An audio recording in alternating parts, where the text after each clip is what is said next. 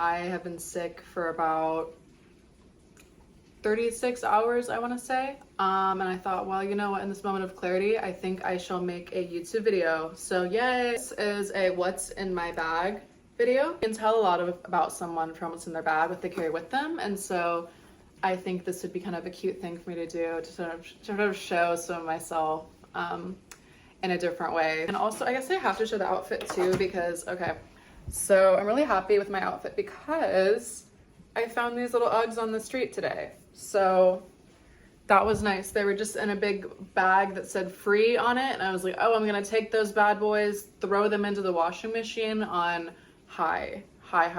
And now they're clean and done. They're well dried, clean. Now enough about my come up. It says, this is my bag. My friend gave it to me, my best friend.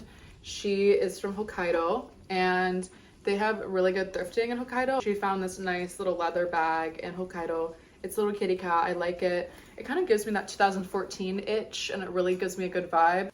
And so something about me is that I'm always studying for something because I am continuing my education post bachelor's degree. So I have a lot of notebooks, pens and such in here. Also, I usually have an iPad in there as well. So this bag is really something that just is good for me to have because it keeps all my life in check. And if I want to, basically the whole point of this bag is like, this is the bag I'm going to grab and know that everything I need is inside. Okay, so first things first, really eat your brains. First thing I have in here is Slaughterhouse-Five by Kurt Vonnegut. This is, my whole family, we love Kurt Vonnegut books. But this is my first time really reading his work. I've just seen like the quotes, I've read about his life and such, but I never really actually read his work. So this one is a really, really good book. It's about the horrors of war, and it's also about the horrors of like sending young people, mostly children, into these horrible situations they can't comprehend. The main character, Billy Pilgrim, is loosely based on kind of an amalgamation of all of Kurt Vonnegut's war buddies' experiences being a young person flung into the middle of World War II. So yeah, so that's one of the things that this book is about. I think that his book really accurately portrays the tragedy and horrors of war. I think a lot of people, when they hear about books about war, they think it's gonna be like glorified. They even have a quote about how in this book, there's even a quote saying there's gonna be no room for John Wayne in this book, just because we wanted to make sure that this is not like a war story. This is the horrors of war. This is gonna be something that is gonna be raw and real and a little bit haunting to some degree, so it goes. So this next thing is a little journal I have. The art is by a woman who owns a cafe called Art Shift. Now, this is just one of the things I bought from the Art Shift cafe. This is just a spider that says pray, pray, pray on it. I really like it. The artist is this amazing woman. A lot of her works kind of symbolize different feelings on religion, existence, and just the subtle humor of life itself. My favorite one of her works is this little oyster with a pearl in it, and it says, "Mom, I am rich." And I like that because it kind of implies that there's richness to be born at all. So because an oyster is born with the pearl or makes a pearl, whatever, there's richness to be had in just your existence. And so I think that that's really beautiful, like kind of simple imagery. So I'll try and find her work and post it somewhere over here. It's not lined, it has the little dots, and so I'm not the biggest fan of that. But it's fine for drawing and doodling and such, so that's good. And I still will write when I can. I have one of those conditions where I have to write. If I'm not writing, I'll be a little upset, and so yeah. Anyway, that's the little journal. This is just kind of a little thin journal. Most of my journals I fill to the brim. I like this one because I have to be a little bit more intentional with what I'm putting into it because there's just not that many pages in it. So I think it makes this a really, really cool little thing to have. And I really strongly recommend going to Art Shift if you guys ever go to Seoul. It's really, really good food, really good drinks, and just incredible vibes. Then I have my little Itoen green tea. It's not even the best green tea. This green tea honestly tastes a little bit like cat hairballs, but I still drink it, so it's fine. Then I have a honey pot tampon. Honestly, this tampon is kind of big and it really hurts to put it in sometimes. And this is the tampon I forget I even have. This is the tampon that if someone asks if I have a tampon and they're begging for one, I might give it to them, but I will say like this kind of does hurt to put in. So, you know, so this is just a backup tampon. It's like something about the plastic is like extra hard, like the insertion of like, even just like when you push out the cotton is still really hard. I don't know. Honey pot tampons, please don't use such a thick applicator. It hurts so bad. And then I have my little wallet. She is well loved. This is a Brandy Melville wallet. Sorry about that, everyone. I know. Some spearmint gum because sometimes when you're in a rush, and just $1 just in case. Whoa, $1. Usually I like to give $1 to a bum when I see one because I think it's really hard to be living on the street. And so if I see a bum on the street, I will give them $1 every single time.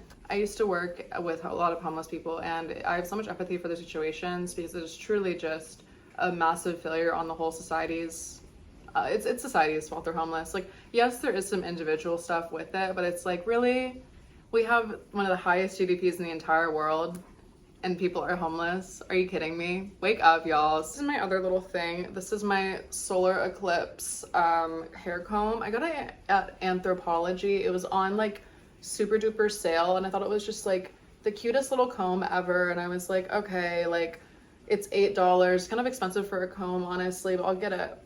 Come to find out, this exact comb retails for like 40 bucks at full price.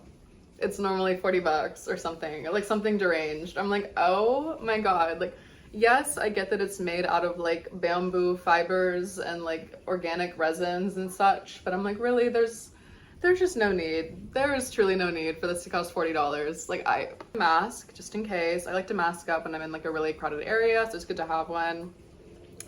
And then I have my Biore UV Aqua Rich Sunscreen Watery Essence. This is really good. I will say it is a little drying sometimes because it is water-based. I prefer oil on my skin. So what I do is I will put an oil first and then this guy. So this is really, really good. I have my earbuds. I'm an earbuds person. I can't handle headphones because I just don't like to have stuff on my neck like that, and I'm just not a fan. So earbuds are everything. I understand, like, to me, these are Apple earbuds, but I got them at 7-Eleven in Tokyo, so I'm not really sure if like how that could be Apple, but they look and feel like Apple. I don't really understand what happened there, but I guess they're Apple. I don't know. My hair tie. Gotta have a hair tie. I usually just keep one on me. I don't need that many because my hair is very thin and fine, as you can tell. Pen for that. So this is my beloved Bad Bats Maru. He's like a good luck charm I put in my bag for safety and protection on my travels. Ooh. This guy keeps me safe. I feel like I don't believe in God or any sort of religion or anything, but this guy will keep me safe, and I feel that if I were in some horrible like hostage situation or something, somehow like this alone would keep me safe. Like, I would be like, oh my God, like, thank you, Bad Bats Maru. My friend gave this to me for my birthday. This is this lip gloss. I literally wanted it for probably like 5 months, but because I'm me, I don't like to really buy anything. I wear this like every day, which is why it's like kind of like a little empty, honestly. I really love it. It's my favorite lip gloss ever. This is a cool little doodad. So this is a stick wax. The East Asian girlies, you know how they have those really severe bangs? Like, they have those blah ass bangs. To get them in place, they put down these wax sticks, and you just kind of go like that, and then that.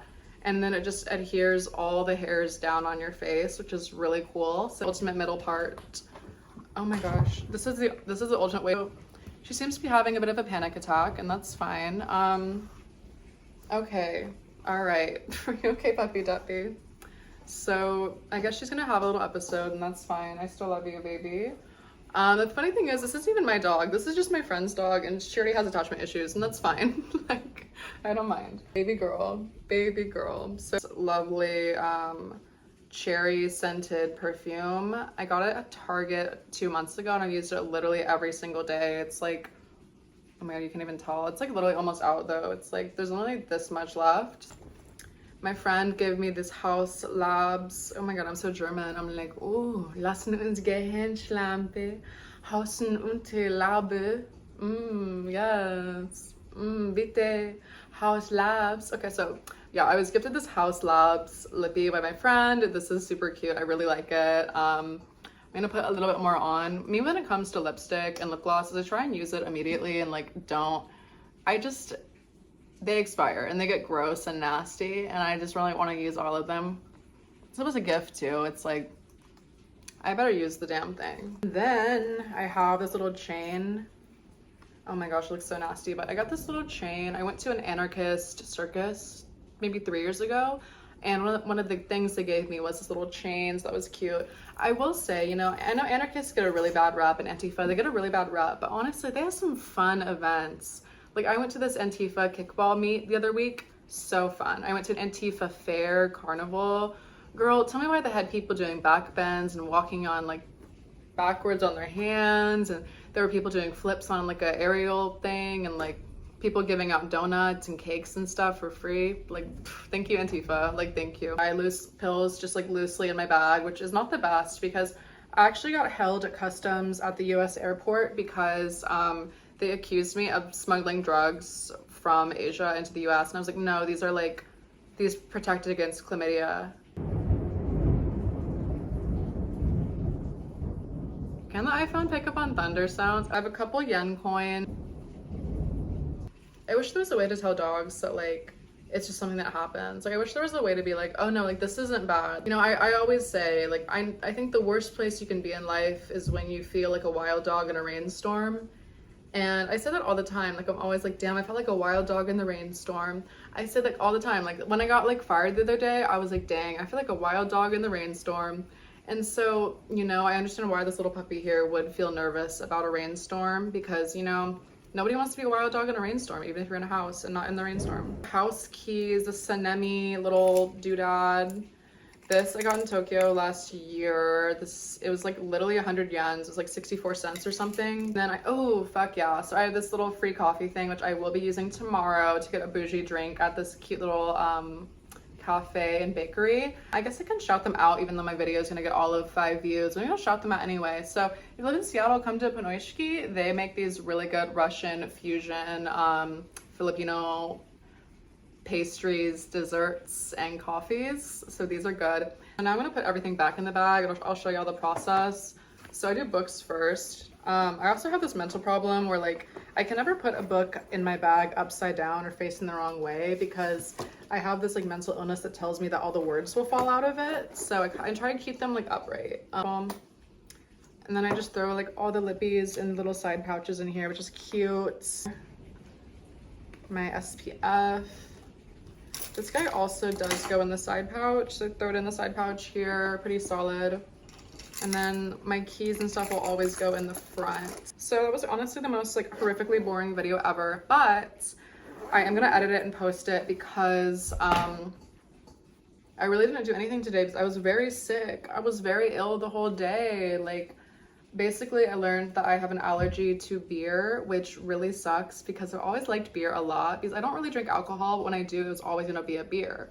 And basically I had one beer last night and I just, it knocked me unconscious. It felt like I threw up 3 times. It was horrible. Basically, I thought about it and I thought, you're telling me I'm allergic to beer? If I was a medieval peasant where they had no clean water and they mostly drank ale and beer, I would have died. Like, my ancestors lived. That's why I'm here now. But I'm like, no, not me. I would not be the one, girl. Oh my God, like the bile and the throw up.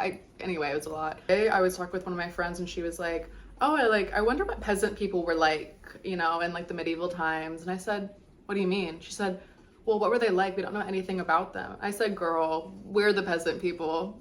Like, our brains have not changed yet since then, those times.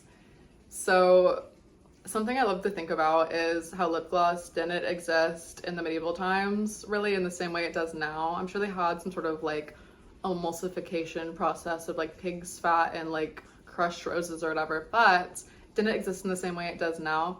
If you dropped a medieval baby into a Sephora, let it grow up into the real American world of 2024, it would end up like any other iPad baby, like any other iPad baby. And if you stole an iPad baby, a newborn, and put it into the medieval world, dropped it right in the middle of a pigsty, let it grow up in medieval Europe, it would grow up and become a peasant too. Like, it wouldn't even know what an iPad was. It wouldn't have had, like, superior genes or superior brains. It just would have been the same thing. Maybe it would be a little stronger to diseases. I don't know. But anyway, my point being is we are the ancestors of the peasants. We are the ancestral peasants. So if you're ever walking outside and think, like, oh, there's a cool bird over there, that's probably what your ancestors thought. it's probably what your relative thought. They were probably like, oh girl, there's a cool bird over there, look at it, you know? Like that's what the peasants were like. And I found that really comforting and beautiful, because we do have a lot of like displays of like what nobility was like in XYZ. In my opinion, I've always found nobility stories to be very annoying. I'm like, oh, like he had a lot of money and he a lot of people like crazy. It doesn't really, it's not that impactful to me. But then when I hear stories of like, oh, like there was once a little boy who played in the river and now we have his footprints in the river forever, I'm like, yay, woo! So stuff like that, very cool, very chic, very demure. Big fan of that. Anyway, thank you for watching, and have a good night or day wherever you are. Bye.